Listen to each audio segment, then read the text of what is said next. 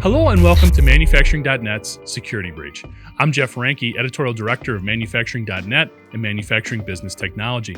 I'm joined today by Theo Zafirakos, the Chief Information Security Officer at Terranova Security. Terranova recently published data indicating that the success of phishing schemes continues to escalate. The growing number of remote workers, combined with the amount of personal and enterprise level data that can be obtained, makes the industrial sector an increasingly appealing target. Going forward, the security firm feels that the industrial sector will need to do more to increase worker awareness of these attacks in understanding how to respond, or more importantly, how not to react to the messages these attackers use. Theo, thanks for joining us today. Really appreciate you taking the time. Maybe to start out, you can tell us a little bit about these phishing attacks, where they got going, and why they're such a preferred tactic for some of these cyber terrorists. Sure, no problem. And for those who can remember, phishing attacks started back in the mid-90s with America Online. And those were the first scenarios of phishing attacks that we saw. And over the years, the phishing attacks have evolved because they've become lucrative over time. So a lot of organizations have invested in technology to protect their environment, but may not have invested enough on user awareness. So cyber criminals are now targeting end users because they know that they're often the vulnerability within a system or within a user's organization. So what makes we've seen in a previous episode of Security Breach, we talked about a phishing attack that was stopped. There were security measures in place that made sure this didn't come to fruition. But what makes the industrial sector in particular so attractive to some of these phishing schemes? And any organization that is in an operational environment where the users are constantly being productive and keeping up the business and running have less time to participate to those training activities and training sessions. They don't have a lot of idle time. So it's more difficult for organizations to train those employees because it's more difficult to set time away from your day-to-day job to go complete the training. So that's one of the factors that I guess affects those organizations more. Anyone in an operation environment has to take the time to allocate their users sufficient time to complete the training so they know the threats that may be exposed to on their day-to-day. Also, in the recent years, a lot of organizations, especially industrial manufacturing, have digitized a lot of their activities. So everything that we do now requires a computer or requires someone sitting in front of a computer. So users are exposed to a lot more threats than they were in the past. Excellent. And I think when we think of phishing schemes, it seems so simple, right? You get an email that you don't recognize. There's a link in there. You shouldn't click on it.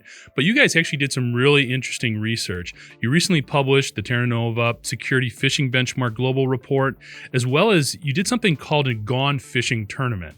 Maybe you can explain a little bit about the report and some of the things you found out, as well as what this tournament was really about. Yes, and to understand how phishing works is that you have to remember that if we present a user a phishing email and we ask them, is this phishing or not? They will say yes, because they're being asked, and then they will look at the indicators to identify that it's a phish. But in our day-to-day environment, when we're busy trying to respond, multitask, we don't pay as much attention. So we tend to click much easier. And that's what this Gone Phishing Tournament was doing, was test that behavior in a live environment. So basically, this is the third edition of the Gone Phishing Tournament, where we invite organizations across the globe, not just our clients, to participate in this tournament.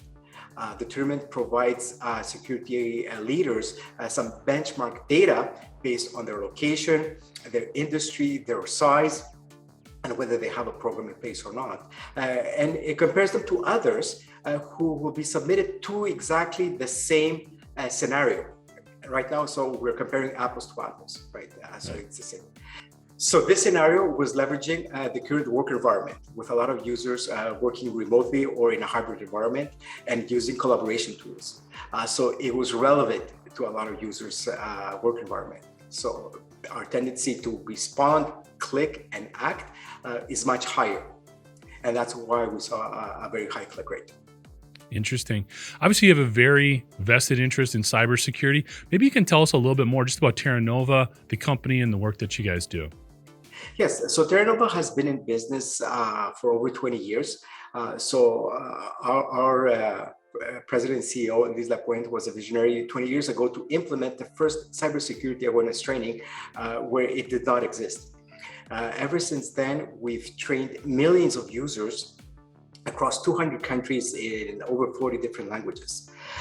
We leverage high quality awareness material combined with phishing simulations to provide organizations the best recipe for succeeding and educating their users against this ongoing threat. Excellent. So, I think one of the things that's interesting from our perspective is how these attacks have changed. In the past, it was kind of easy to identify something that didn't look legitimate, didn't look right, but we've seen these phishing attacks really evolve. Maybe you could talk a little bit about some of the new tactics that you've seen that are being used and some of the strategies that you're helping companies to develop to guard against these new phishing attacks. Yeah, so the phishing attacks have evolved to become a lot more sophisticated and a lot more tailored to the users and targeted. We tell, organizations tend to tell employees, do not click on suspicious link. Well, what exactly is a suspicious link, right? We have to get that to specific, but without being too technical, so users understand. The same thing about phishing websites. We tell users not to submit credentials or click and download documents from suspicious websites. What exactly makes a website suspicious? So we have to train users to look at those elements. Look at the address, the email address. Look at the URL address of the website you're visiting. Right? If it's clearly indicated not secure or the HTTPS or the padlock is missing, well, do not proceed with taking any action to that website. So we have to become very specific, but at the same time keep it simple. And that's what we do with our awareness programs and strategies. We deliver the key message and the key behaviors that users need to improve in a simple language that's easy to understand. The key also is to do it in a repetitive manner, because doing it once, users will forget about 5 or 6 days later, right? Yeah. Because they're not, our technology works well, they'll stop the majority of the phishing. But the 1 or 2 that make it through, we want them to act securely as second nature. Almost like, right now we become second nature. We walk in our car, we put on our seatbelts because we know it's going to protect our lives. Sometimes we'll do it because we don't want to get a ticket.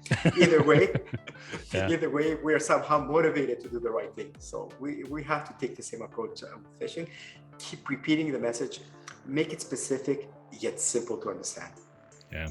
Well, I think you hit on a great point there, how much more customized these messages are becoming from these bad actors. The couple of stats that stood out to me in the report, about 20% of those who received the email, and correct me if I'm wrong on this, but they actually clicked on a link within the phishing email. And then of those that clicked, 70% didn't recognize anything malicious about the website that they were taken to and downloaded information from that site. That's kind of mind-blowing. I know you're talking about trying to keep this message simple and relevant to people, but are there different characteristics of either the email or these websites that you've noticed that can maybe raise just some immediate red flags and when people see them? Yeah. And we have to start with the email, because as we could see, if users have confidence in the email sender, they will proceed through the whole scenario and act even on the website. So it starts with the email. So the best way to stop phishing is educating users how to detect it from the phishing message. And the key is to look at the address of the sender, and not just the description, but we look at the specific address that contains the @ sign. So we need to educate users on how to read sender address. Right. If you see an email that also talks about a topic that may not be relevant or specific to you, question it before you take any action. Absolutely. Then if those fail and you end up on the website, this is where we talk about the safety features that the browsers offer, right? You could clearly see whether the HTTPS is there to indicate a secure website or the padlock. It does not mean that if you see those elements, it's 100% secure, because cyber criminals could be using secure websites. But the absence of those elements, it automatically reassures you that this is not a secure website. Yeah. And I think that really bleeds into a lot of the spoofing schemes that we've seen going on. People trying to use an email address like FedEx or Amazon or USPS to try to get people to click on links and see about a package that was supposed to be delivered or something like that. So absolutely. Yeah, and you have to look at for those elements. Is there any characters that have been replaced within the address?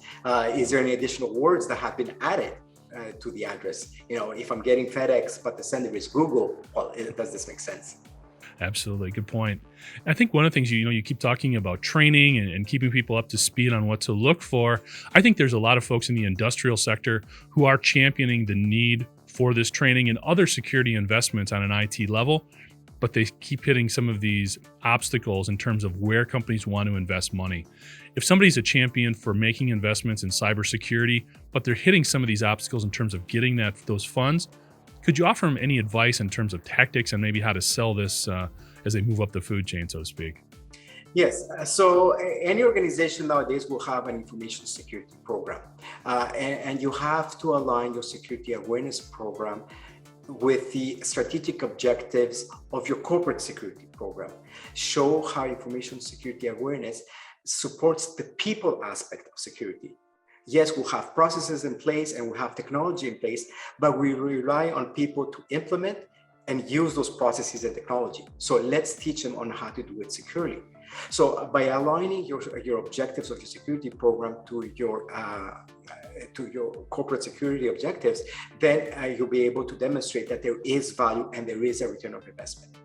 The other thing is you just have to look at what is happening in the wild, right? How many organizations are affected by cybersecurity and how many of these breaches occur due to human mistakes or accidents, right? So you need to take on that responsibility that if I do give a technology tool to my employees, I have the responsibility to teach them on how to use the tool and the risks associated. So, and I'm sure manufacturing and operations organizations understand what it means to use tools and technology safely and securely. No, great points. One of the things too, you mentioned the human factor. It's such a big part in all this, and people sometimes underestimate how big of a role the individual has. They're thinking about cybersecurity and all these hackers as being more of a technical thing, but it really does come back to that human element and understanding. Last question I have for you, Theo, just kind of get your perspective. I know we've been talking about phishing schemes, but another big issue for the industrial sector, especially here in the US, have been ransomware attacks. We've seen it in the Colonial Pipeline. We've seen it in some other places. Just want to get your feedback here. Do you have a thought or an opinion in terms of when those attackers come looking for that ransom to pay out? What is your thought there in terms, should industrial firms be paying that ransom? Should they try not to? Do you have any thoughts there? Well, definitely they should not be paying the ransom because any money that is obtained through those means will be used to fund other criminal activities or other attacks. So you're just making the attackers stronger. We encourage organizations to invest to protect themselves against those attacks. And that investment requires both in the technology aspect and the people aspect. So making sure that you have the required technical controls in place to be able to restore operations in a reasonable time frame. Make sure you test those recovery procedures, but at the same educate your users so you don't have to trigger your incident response. So it takes both elements. Thanks again to Theo Zafirakos for joining us today. That's going to wrap it up for this episode of Security Breach. I'm Jeff Ranke. Thanks for joining us.